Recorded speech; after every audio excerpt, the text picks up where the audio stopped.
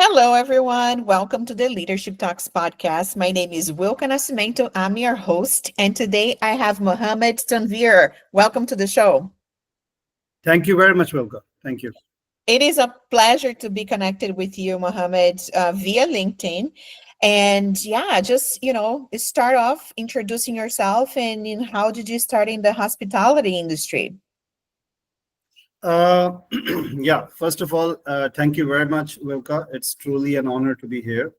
Um, Before I made a decision to come into the podcast, I was following you on LinkedIn. I am super impressed by the work you do. You yourself being a sales leader in the past, from there to achieving the top hospitality podcast. It's more than an achievement actually. So I'm super impressed, and do what you're doing. You're really doing great, and you should keep rocking as you are. So coming to how I came into the hospitality, I think it was a kid having fascination of the industry. I was born and brought up in Dubai, so I got this opportunity early on where I used to see hotels. I was into the membership in the ice rinks, going to the restaurants with my parents. So that was the first thing for me where I got fascinated as a kid. Growing up, hospitality was somewhere back of my mind where I did not make a decision right away to come into hospitality. But yeah, growing up, this was something which was in my mind. I think hospitality to me is not just an industry. If I would redefine it, it's a way of life. It's basically you create unforgettable experiences. So over the last 18 years into the industry, I would say my journey has taken me from sales officers to local hotels first and to global recognition. I worked in Dubai. From there, it's all started, and my last achievement was being named as a global top most inspirational people in hospitality. So this was an achievement for me because I was ranked among the top leaders whom I basically follow, who are my mentors, whom I follow every day and see what they do and how to become great and excellent like them. So I think all during the way, I mean, on my way along, every step, every setback, every success has taught me, something, and I try to learn from it. For me, this industry is a passion, and it's been 20 years, and I would say uh, I'm still as passionate as I was when I started as sales coordinator. Wow, that's amazing. And Mohammed, you have, of course, a vast of experience in the industry. And I love what you say, it's a way of life, right? Like it's actually, I personally also started in the hotel industry, and then I tried, like I think when I was in between moving to different cities here in the United States, I tried to do something else and came right back at it. So I can definitely relate it, with your point. But I wanted to know, Mohammed, now, tell me if you could share how's your leadership style? Because this is like my big question, right? So if you can, expand on that. Uh, Leadership style has actually changed over time. I think when I was starting, when I became sales manager, I think I started managing the junior ones, and that time it was more of hands-on approach. That time it was more of target-based approach. Achieving target, achieving numbers, being into financial.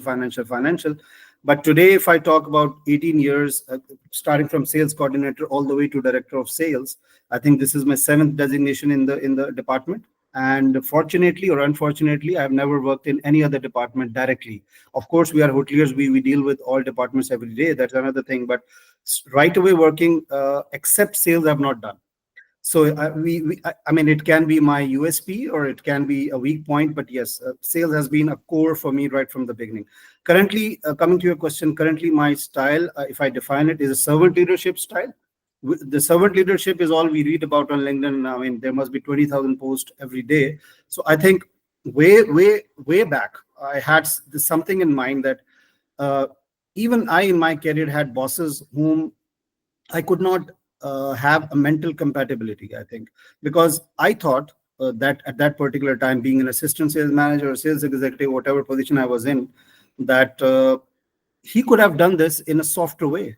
Whatever he's asking us to do or asking me to do, I mean, my boss, he could have defined a different way. He could have sat with us, he could have taught us, he could have, explained us, convinced us, and we could have done a better job.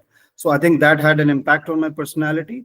Me, when I became an assistant director, I was properly into the leadership role, managing team of 8 to 10 people.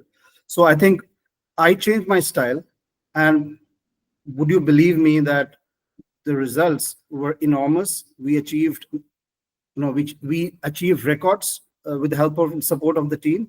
So I think the servant leadership, which I am defining right now, talking right now, for me is a success. Yes, but talking about 2025 today, where the hospitality is evolving and continue to be evolving every day, it has to be mixed with a strategic foresight as well. It cannot be purely simple servant leadership. It has to be a more clever person who can quickly evolve and adapt to the situation based on the need. So I think I lead from the front, but I empower my team to make decisions. I think when it comes to a leadership, the way the leader should be, in my personal opinion, that whenever there's a problem, the leader should stand at the front, and whenever there's a time to give credit, the leader should be at the back. So this is how I define, for me, it's about building a culture where there's an autonomy, where there is a soft accountability, but there is a full empowerment on the team so that they can thrive. Wow, I love this, Mohammed. So really, what I'm listening here, it's like your leadership mantra is, I will provide my team the power to take decisions, and doesn't matter who gets the credit. Is that right? Just yesterday, I had a post on the credit that just yesterday, my yesterday's LinkedIn post is about taking credit. So I think it depends. What is your purpose being a leader? If it's plain doing job and achieving numbers and going home and then coming again next day, probably you would be an unhappy leader. But if it's about creating excellence, if it's about creating legacy, then apparently you would step 10 steps ahead and think something 10 years ahead, I would say. So it all depends how and what is your purpose being a leader.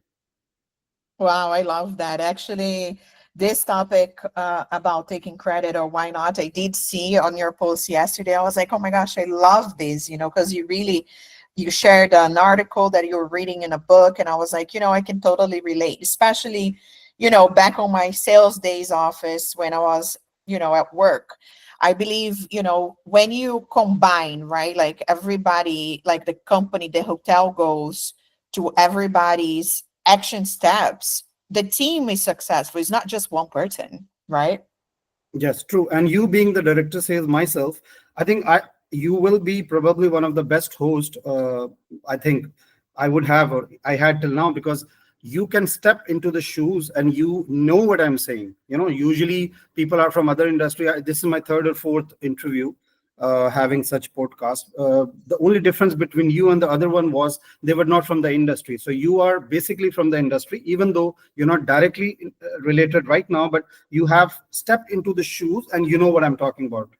Absolutely, absolutely. And one thing too that I wanted to recognize here, and I want to get to this point, Mohammed, because I think, you started with the introduction and we met through LinkedIn, right? So you were recognized the top 100 hotelier by the Hospitality Institute. So we have that in common as well. But I wanted to ask here at this point of your career, how important do you believe this personal branding is for us, the leaders in the hospitality industry? Uh, if I say one answer for that, it's compulsory. It's essential, because it's not about your title. It's about, in my opinion, it's about your reputation. It's about your voice. It's about your story. It's about how, we are storytellers. I mean, if a salesperson cannot be a storyteller, I cannot say that he is successful or not successful. He might be very successful in numbers, but we are storytellers. We build relationships. That's how we are recognized. That's what is our. That's how people recognize us, I should rather say. So, as an example, 2009, I started on LinkedIn. and hardly few people knew about LinkedIn. I mean, people were not even aware what LinkedIn is, how it is. But somehow I had that passion to be active on this platform. I should not say that I was very active that time. I started using LinkedIn properly in 2017 onwards, and from there and then I have not looked back. So today I've got around 31,000 plus connections. I'm very active. Whatever I learn, whatever I read, I try to post in my own way. I try to share my thoughts via storytelling, via real examples, and I try to do my best. So over the time, I've seen people have started, or anyone like me, people start your reputation. They take your reputation serious. They slow and steady take you as a brand. That's where you start being authentic. That's where you start being real. I mean, yes, we are real, but that's where people take you as a brand, to cut it short. So it is very, very important you become a brand. And when you are sitting in a hotel working as director sales, director rooms, general manager, EM, or whatever position you are in, you are yourself an elephant sitting into that that hotel. You have your own weight. You are not a weightless person. You are basically with weight. This is very important for you and your career to grow further. Yeah, I love that. I remember, also talking about leadership and inspiring even your team on the branding piece. Definitely for me, also, since 2017 when I moved to DC, and I was in a small boutique hotel, so I used the free tools out there that could possibly have, like, talking about the what is it, like breakfast or the manager's reception or anything that I could tell a story. I was very active too on LinkedIn. But I wanted to hear in terms, like, for you and your team, like, how do you inspire, or better, how do you cultivate this um, leadership of influence within your teams? Uh, I think it relates back to how authentic you are, how real you are. I think it's very important for a leader to be genuine, because when you are genuine, when your team takes you as a genuine person, they listen to you. When they listen to you, they get influenced, and then when they get influenced, their attention is there in whatever you say. As a leader, your stance, your goal has to be very clearly defined. If you as a leader are a confused person, maybe not a decision maker, or not a right time decision maker, I would say, I think it creates a panic and a kind of confusion in the team. So first, a leader has to himself or herself be very genuine in order to influence. Secondly, I think a leader have to have some record in a sense, not like in terms of achievement. Yes, achievement matters, but a leader has to have genuine achievements to some extent, which a team should be impressed of.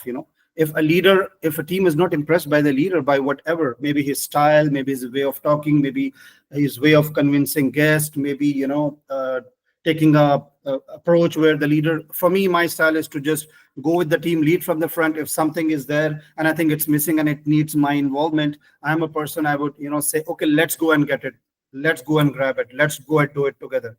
So that's my style. I think that's where that genuinity comes into the picture, and that's where your team basically is influenced, because they see you as a winning person, they see you as a person with full of achievements. But in my mind, I should be very genuine and frank with you. In my 20 years career, I worked on average with about 7 or 8 director sales. For sure, not all of them were my favorites, like every other person. There were, yeah, there were people where I did not get even 1% impressed. There are people whom I worked just 6 months, but they have an impact on my mind. They still have an impact. Their style, I was super impressed. For example, I just give you a quick example before we move into the next question. That I was hired in a hotel in Jeddah. So that is back in 2009. So uh, we had a Jordanian director of sales who had a vast experience of 18, 20 years experience at that point of time. So We landed, me and another guy who's Arabic guy, because I was handled basically for Asian market, being from Pakistan, speaking Hindi, Urdu, and other languages. So I was hired for Asian market, and one of my colleague, who is also today a director sales in Qatar, he was hired for Arabic market, GCC market. So we landed on the same day. We were hired on the same day. We landed, and now we have no interaction with our director of sales. I mean, we were actually supposed to meet him the next day which is supposed to be the day of our joining. So at 7 o'clock, we reached at about 1 in the afternoon. So at 7 o'clock, I get a call. Me and my colleague get a call saying that, oh, my name is Riyadh. Let's meet, guys. Are you free? Have you done your unpacking and everything? I said, yeah, we did. Let's meet 7 o'clock at the restaurant. I'll pick you guys. Okay. So he came and picked us up, and we went to a very nice restaurant in the Cornish area in Jeddah. Very nice Lebanese restaurant. You won't believe, Wilka, after 2 hours, when we woke up, when we just finished our dinner and everything, and while we were coming back, and we were thinking, have we just met this person some 2 hours back? Not to be believed.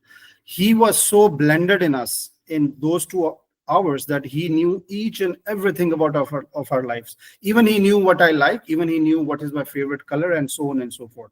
So the next day, which is supposed to be our first day, was like we were already working for months, if not years.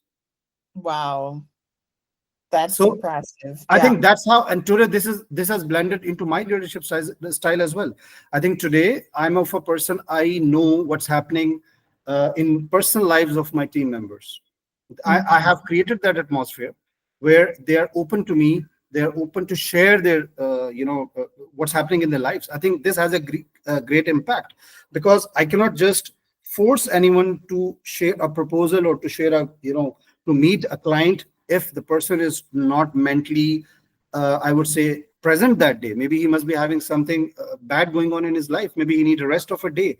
Maybe he just need a pause for a while. Why not give him a pause? Let him be refreshed. I'm of a person, I say my team, if you do not want to go for sales calls today, do not go. It's totally fine. Nothing is, world is not finishing. Let's go tomorrow. Refresh yourself. If you think that you have tired, you have been, could not sleep well last night, you have been going to a party last night, you had a family gathering, it's totally fine. Do not go for 5 calls. Maybe you can go for 2, maybe go for 3, or whatever way you want to maneuver. It's fine. Just sit, relax, and tomorrow you do one extra. So this is how I am with my team. Yeah, that's, I think, Mohammed, that speaks a lot, because in the end of the day, too, you have to understand your team, their needs, right? And actually help them flourish. So I love that style, because I had a similar general manager, back in my days, where he was very inspiring. And I was like, oh my gosh, his name is Wes Santos. So, I always give him like shout outs, because I truly appreciate the involvement with the team, their presence, and the concern about building that culture where you can count on me for anything. As I think that definitely comes from the top, right? But not just on a fake way, but very positive and very genuine as well. I love this example you gave. So thank you for that. No problem. And I have another question then. Like, how do you balance commercial success, right, with guest experience? Uh, Sorry. I think you can balance it by embedding your guest experience into the, I should say, DNA of every sales strategy. Whatever sales strategy you make, the DNA should be related directly or indirectly with the guest experience. That's how you basically balance. To give an example, for example, if a room promotion is not delighting the guest, don't launch it, right? Do not create promotion just for the sake of promotion. It's a weekend package or whatever it is. If it doesn't have that value, if it doesn't have that spice, do not launch it. If a pricing strategy does not align with your perceived value or your USPs of the hotel, rethink it, come up with something else. So basically, short-term wins, in my opinion, do not sustain brands. Emotional loyalty does. So this is how I think is a slight difference, or balance between commercial success and the guest experience. Though both the things obviously you have to take together, but this embedding guest experience into your every sales strategy is a one-liner which does everything for you. Yeah, I love this. Don't create a promotion just because you wanna, for the sake of creating a promotion without adding value, because that, therefore, if you're not adding value, you're not gonna see the success, the ROI on that promotion. So, and I And think, yeah, go sorry. ahead. And you have to be, see, end of the day, we are also a guest, right? In a sense that we also go to other hotels. We also go as a guest to restaurants. We know what I expect. I can understand that I might be liking a beef burger. Maybe the next one my colleague doesn't want. Maybe he likes a chicken burger. That's another thing. But otherwise, 70 or 80% of the feelings which you have is of a similar to a guest who is coming and walking into your hotel. So also think on from guest perspective, what he wants after coming to a hotel. So when you will have this thing as forefront or a start of your strategy, you will definitely, if it, I think there's a high chance of you winning whatever promotion, whatever strategy you want to make for the hotel. Wow, yeah, I really really love that topic. And I think also putting yourself in the guest shoes, that's for me, it speaks a whole lot, right? Like, because like you said, even when I go on travels, if they're for business or pleasure, I'm a guest too. So I think that brings into my next question, like, where do you see the global trends in the hospitality throughout this year and beyond? Um, if I compare when I started in 2005 as a sales coordinator, we used to get the bookings and replies from a fax, right? Uh-huh. 2005 is not that old. I mean, just we're talking about somewhat 20 years back. But Mhm. yeah, emails were there, everything was there, but uh, guests used to send us the confirmation of a proposal of a group or of a banquet event, whatever, through fax. It used to take 5-10 seconds. And today what we are talking, AI, right? Today what we talk, hyper personalization, mean including AI or powered by AI. So AI has actually changed the world upside down. Whoever who is not ready to adapt the technology will be left behind. You take it as a hotel, you take it as an organization, you be it your as on a personal level, be it on a general manager's level, be it on an organization level or whatever level.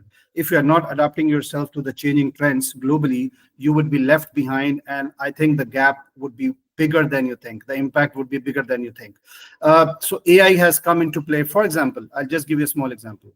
Uh, a guest relation manager gets, let's say, an average of 5 complaints a day, where she needs to write an apology or meet the guest and write a written apology of guest not having hot water. Maybe his check-in was delayed by 15 minutes, or maybe he was not served hot biryani, or maybe his luggage was misplaced for a while and then he got it, or maybe his car was not arranged for the airport drop off, whatever.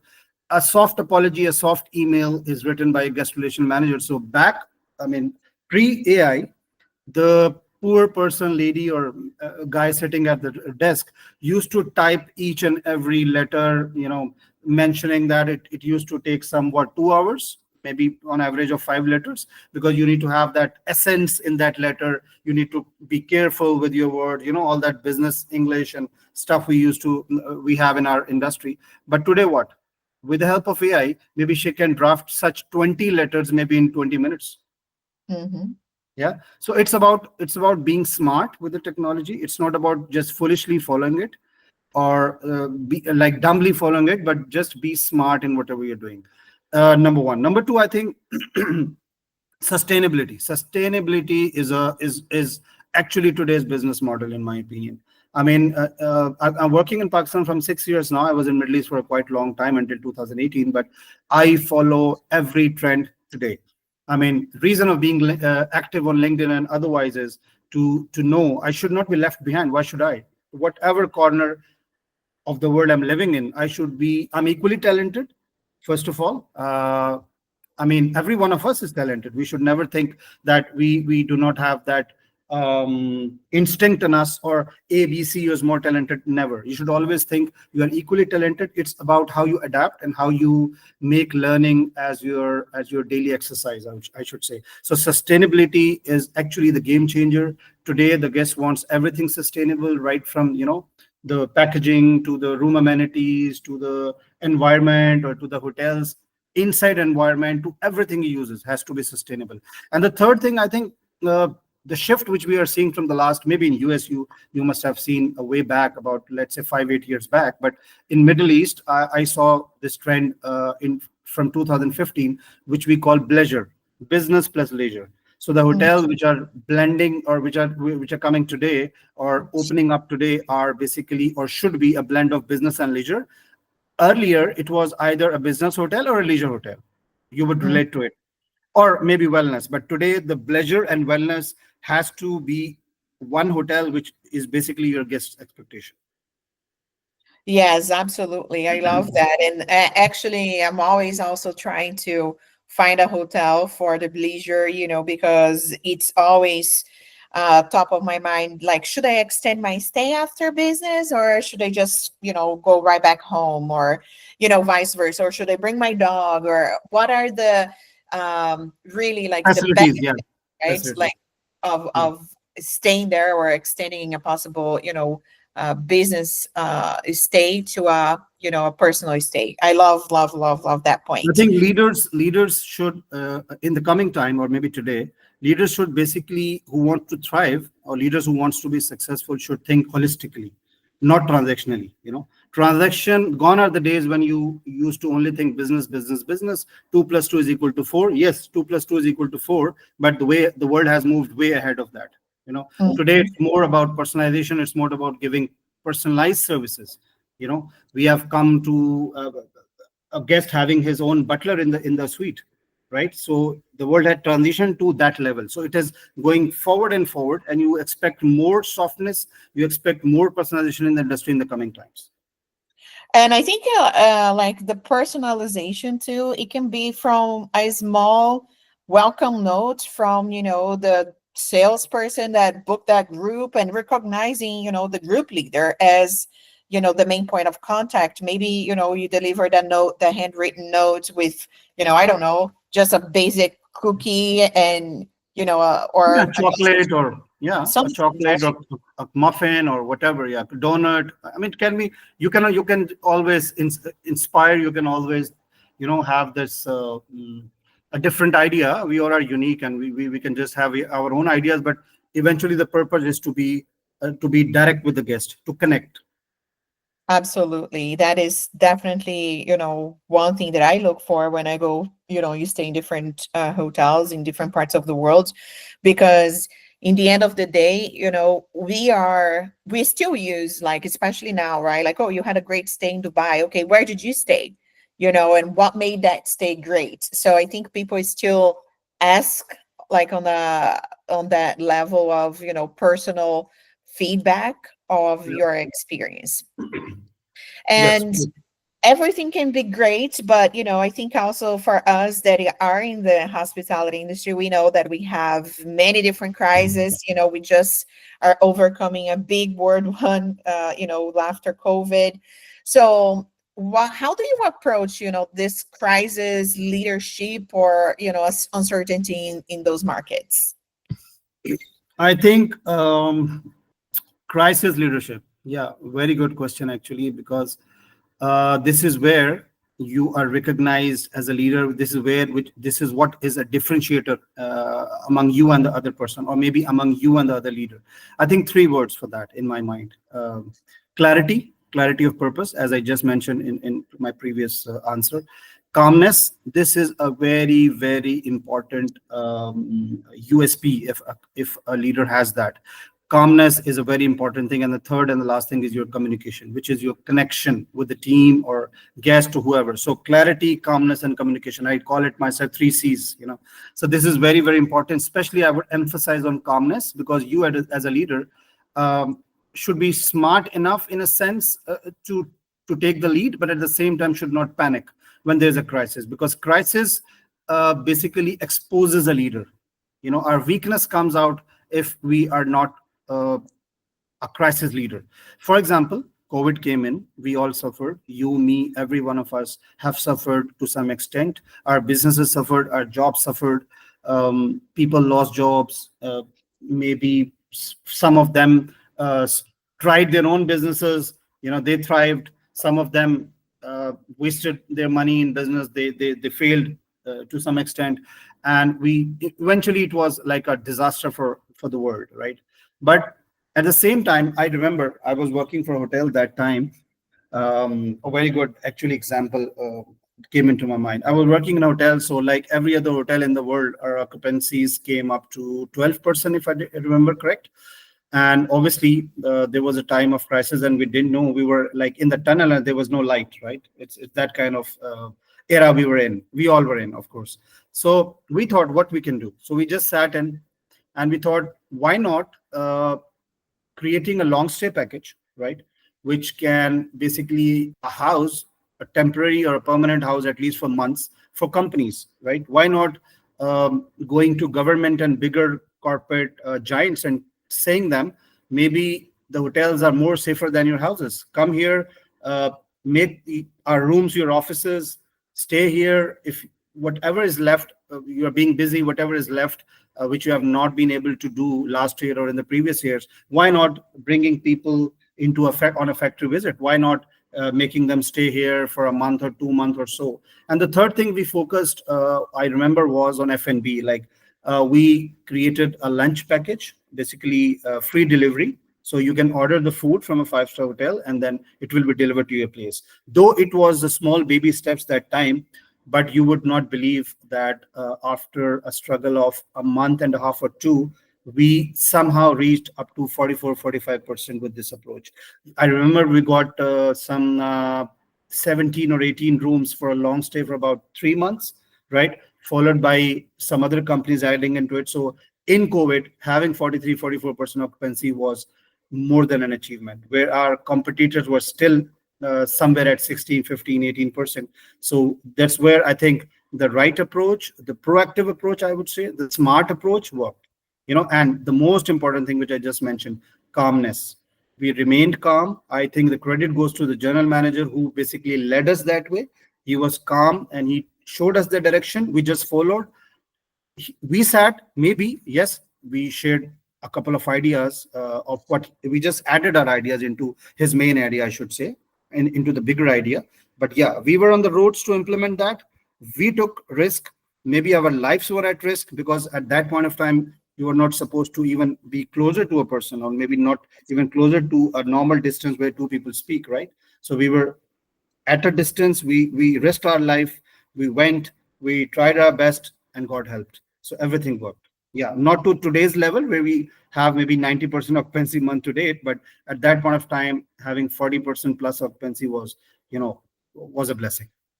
Absolutely. Yes. Thank you for sharing that awesome example, because I was also, in the hotel when we all had to go through that. So I remember, my hotel, we closed and then we reopened, and it was definitely, heartbreaking to, you know, go through that. And it's just like when you say, 40%, it was beyond, excitement and beyond what, everybody else was doing in that particular time. Even, you are from another part of the world and I'm here in Washington, D.C., but I definitely can relate to that because we were all in it together.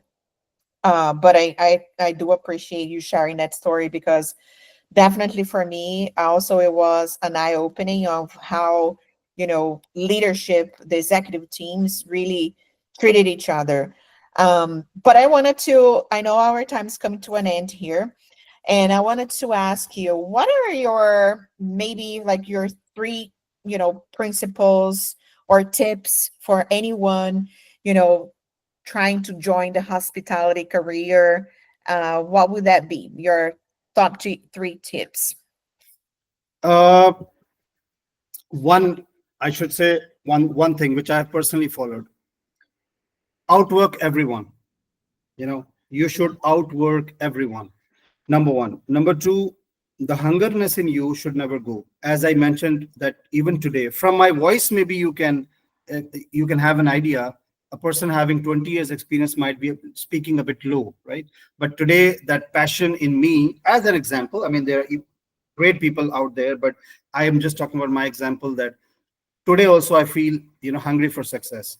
And second thing, I should say, stay humble. Whatever you achieve in life, be very humble, be human, because you're dealing with humans. You have to be human. Learn from your setbacks. These are not your failures, these are your lessons which will guide you to move forward. Yeah. So leadership is not about titles. It's about what impact you make in someone's life. I think all the negativeness which I saw in early in my career, at some point where I was working for different hotels, I was actually gearing up for, I just had that in my pocket. Okay, when I'll become a leader one day, I will not do these kind of mistakes. So that overall transformed my personality. And today, I think I'm so happy to tell uh, that I implement those small steps on everyday basis, and it's working. And that's the most happiest part. I think I feel on everyday basis. So yeah. And sorry, the last thing, be a learner. Never stop learning in your life. I remember COVID came in and I had nothing to do. I was so bored because we were work from home and stuff and all that. So I thought, why not improving myself? Across 2 years of those period of COVID, when we actually became pretty much normal, we came into the pretty much normal era. I completed around 16 online certifications from Coursera. So yeah, it Wow. was different universities worldwide, different, I mean, some British universities, Florida Atlantic University, if I talk about US, Pennsylvania. So it was short courses, but 2 hours, 3 hours on leadership, on sales, on revenue management, whatever I think is related to me, strategic management, all those. I have long list of courses which I did. So in my own way, I thought that was better for me. I did it. So those are the small babies, and today it's helping me out. The influence and the brand, personalized branding, which we were just talking about, being a personal brand, is what? When someone is impressed from you, seeing your achievements. If my sales manager sees that, okay, our boss has done 20 international certifications, there is a high chance he would at least try for 3 or 4. That's where his learning starts. But if I am a person has done a simple graduation, and I'm not learned a word or not done a course right after in my those 18-20 years, yeah, maybe I'm doing my job, but that passion which should be in me cannot be seen, unfortunately. Wow, yes, I love that. I also, pretty much had the same experience in those e-learnings as well. But yeah, anyway, I wanted to thank you so much, for sharing your insights, Mohammed, because I truly think, once you are um experiencing on the hotel and you have that, leading different teams and being led by different, teams as well, definitely has something to add, into our listeners and us, the ones that are inspiring and aspiring to become hospitality industry leader. So thank you so very much, Mohammed. But how can people be in touch with you? I can share my LinkedIn profile, or you can. I'll share it with you, in fact, and you can definitely put it on your profile or on your post. And for sure, I'm all open. I'm adding people every day. I send requests every day, so that thing is, on everyday basis. I'll be happy to connect. I appreciate it, Mohammed. Thank you so much for your time. Thank you, Thank you everyone. very much, Wilka, once again for this incredible conversation. And the last thing, but not the least, which I would say is to your listeners, the world of hospitality today needs, bold, forward-thinking leaders. So let's be one. Let's try to play our small part, but definitely it will be a big step one day. So let's lead with our minds, right, and listen from our hearts. Thank you very much. Thank you. Thank you. Thank you, everybody, for listening and have a great day. Thank you very much. Thank you.